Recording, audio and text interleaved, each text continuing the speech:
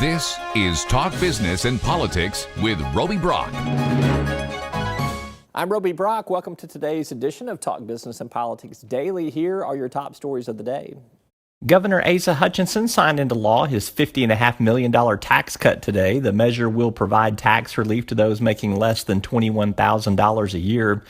The governor said he's not worried about the current revenue picture for the state, which has lagged expectations. On Thursday, the state will release its January tax collection report for the latest update. We may have another monument on the state capitol grounds. Senator Eddie Joe Williams of Cabot has filed legislation to move forward on a monument for the families of fallen soldiers.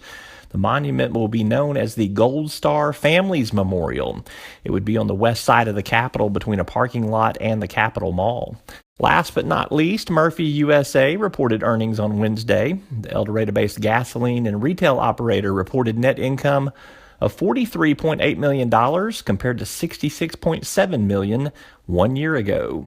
And you can keep up with those top stories in business and politics every day at our website at talkbusiness.net. Still to come, Attorney General Leslie Rutledge on Donald Trump's executive orders. Plus, Michael Tilley offers his thoughts on recent moves at Walmart. We're back after this. Arkansas Electric Cooperative Corporation provides electric energy across 2/3 of Arkansas. This is an exciting time in our energy history, with incredible progress being made in renewable energy and storage technologies. As our energy portfolio continues to diversify, we'll maintain an all-the-above strategy to provide reliable and affordable electricity. Ever since the first light bulbs were placed in our members' homes, the electric cooperatives have been the solutions provider for our members, and we want to continue that well into the future. Each day, the promise of our nation begins again. Arkansas and America, moving forward. I help make that promise a reality. It's not for everyone, but people everywhere depend on us. Oh, I love you too. Trucking delivers, or everything stops. And that's what drives me. I did.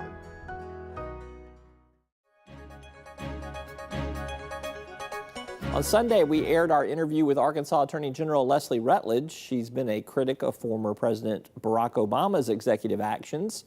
Which Trump executive order will be most beneficial to Arkansas, and why are his actions okay?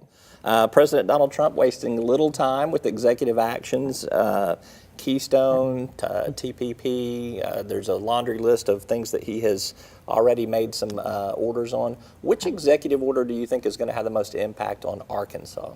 Well, I think that President Trump's pulling back all regulations, directing these federal agencies to not move forward with regulations, whether they have been sent to be published, whether they're in draft form, in order to give his administration the opportunity to look at these and to see if they're necessary and overreaching.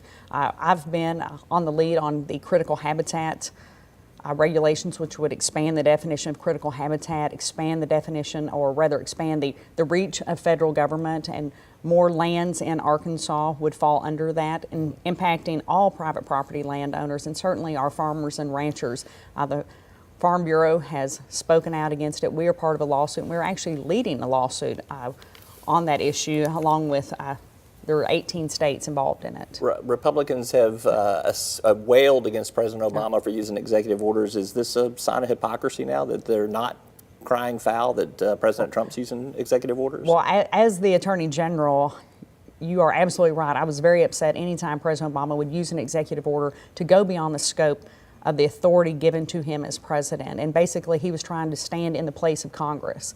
These executive orders by the president are not doing that. If this president and any president goes beyond the scope of his or her authority, then we would push back on it. But that's what President Obama did. He was constantly going beyond the scope. The agencies were, whether it was the EPA, the Department of Labor, which we were very successful in putting a hold on the Department of Labor's overtime rule, which was to have gone into effect in December. We had some big wins, and it was because the courts recognized that President Obama went beyond the scope of his authority.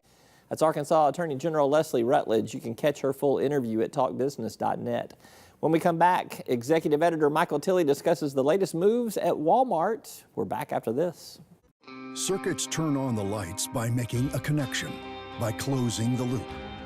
At Entergy, We believe our economy is circular too. What you put in comes back. So we invest billions in new infrastructure, which helps attract new industry, which helps create new jobs. We partner with local communities to electrify the economy. And together, we power life. Entergy. When was the last time you felt free?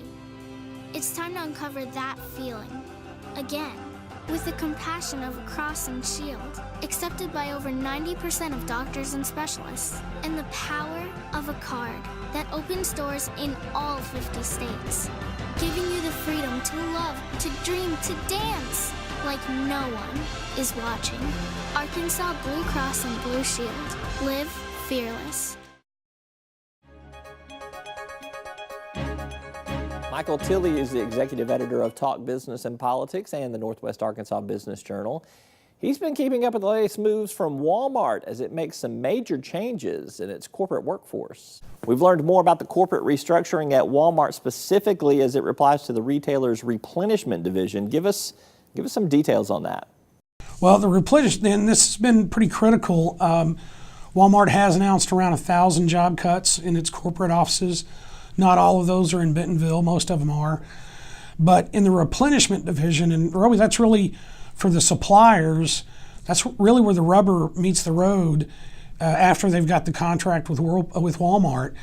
That's where, they work with those replenishment managers to make sure their product goes to the right place, it gets to the right stores, it stays in stock. And what Walmart has done is change that from having one person that a supplier works with to 4.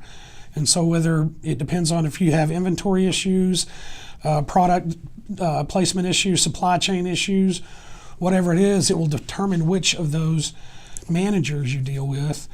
And there's been a little bit, this has been a common complaint among suppliers that they didn't have enough interaction with their replenishment manager, and it could hurt their sales. And so there is some guarded optimism that this new plan, this new structure that Walmart has rolled out will help with that. We'll know more. There's a supplier summit on the 14th and 15th of February, so we should know more. Probably more details come out before then, but we'll probably get more supplier reaction after that. That's executive editor Michael Tilley. Keep up with our continuing coverage of Walmart and other business and political stories at talkbusiness.net or nwabusinessjournal.com. That's all for today's program. Thanks for tuning in. We'll see you next time.